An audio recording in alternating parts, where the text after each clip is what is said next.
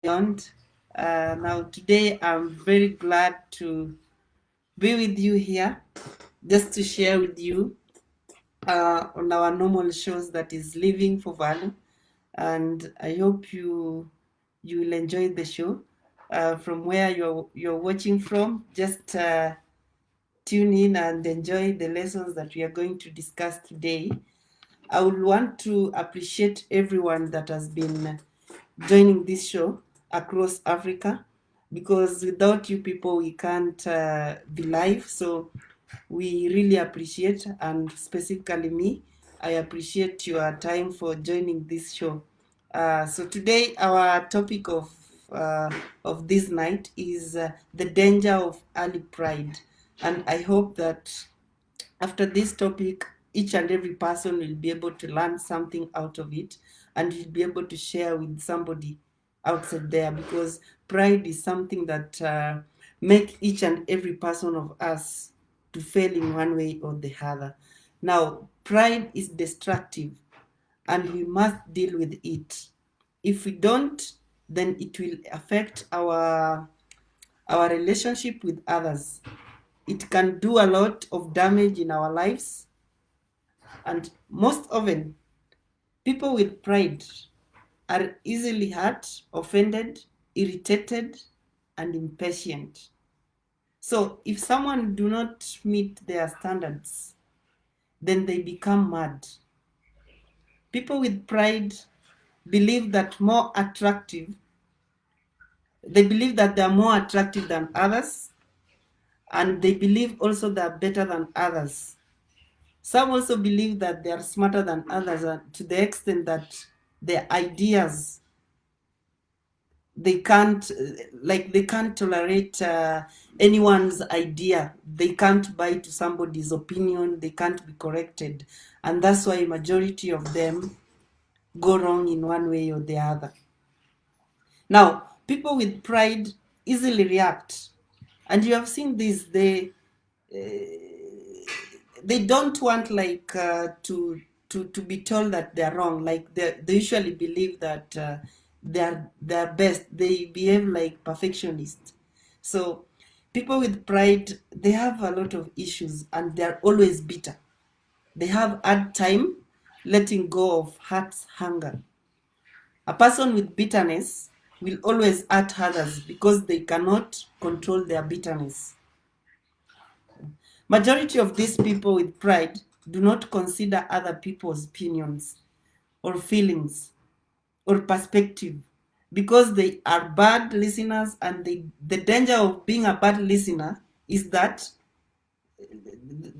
they lose people, they lose communication with other people, and they're not able to get what other people, the other people's opinion, and they believe that they are the best, so they are not able to learn, and this is what is affecting those who have pride. So people with pride cannot learn from others because they hate correction and they hate criticism. They comment very negatively online, and this is something that you have seen, all of you. They don't want to, like, they believe that they can, they're the one who owns the world. And they are very defensive, like they tend to justify their reaction towards something. They are not ready to be corrected in one way or the other. They also have negative perspective about other people. They tend to believe that other people are not smarter than them, and they tend to believe that they can do better than those people. And that's why they have effects in terms of learning from other people. So we know very well that where we want to end up, success, we want to, okay, success matter when you are able to listen to others, and you're able to learn from others. But wealth and recognition and repetition are nice too. We want it all. The problem is that um, we, we cannot be assured. If we don't humble ourselves to have all these, we cannot get ourselves these. So pride leads to envy, and it rots the bonds of the people, and it runs the big bonds and small bonds of the people. So it also undermines greatness. So if you have something in your life and you have some pride in you, then it undermines your greatness. You cannot prosper in your life, and that's why you find that it really affects so many people. So prides bring competition. It is true that competition is something that is important, is a force in our life. However, it is absolutely critical that you are competing with, it's absolutely critical that you know whom you are competing with, and that you make it clear to sense that uh, they get to understand on what you are speaking about. And then, in other words, it is not about beating the other guy always. It is not about having more than the others. It is about being what you are and being as good as possible. Because, ladies and gentlemen, pride wants it all.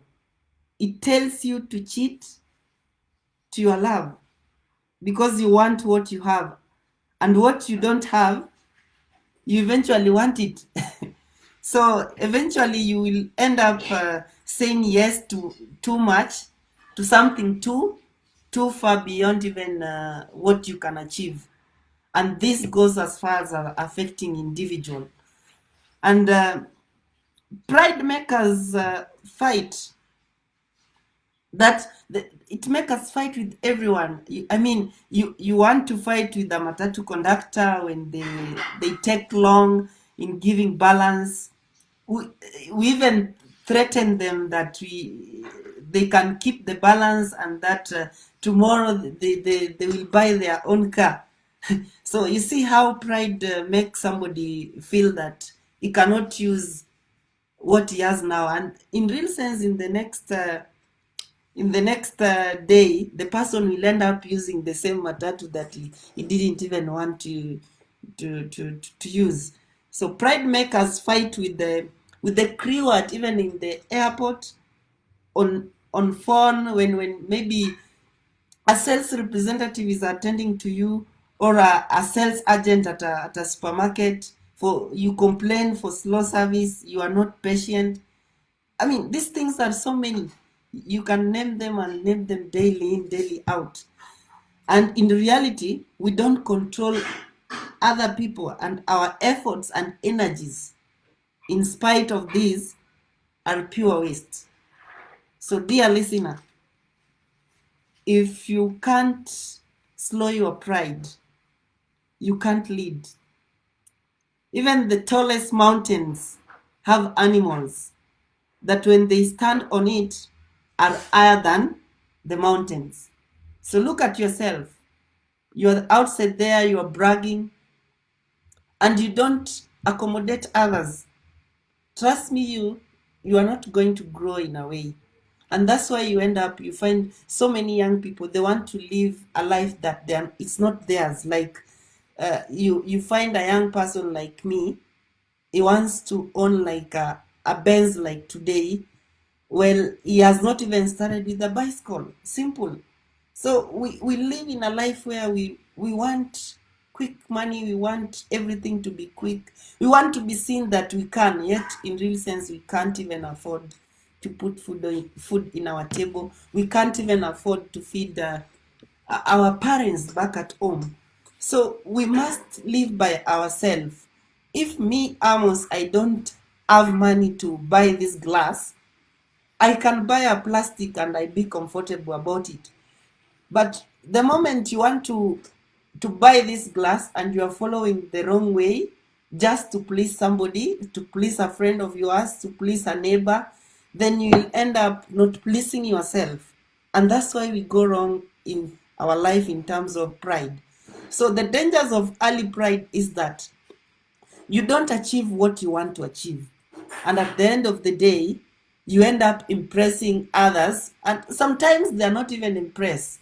But in yourself, when you come inward, you're not even impressed because you didn't even manage to accomplish your basic needs. And trust me, some of young people outside here are really suffering. They live a life that is not theirs. And this even goes to some of our musicians across Africa, across beyond. Like, people want to, like, they want to show the public that they own it. They want to show the public that they can make it.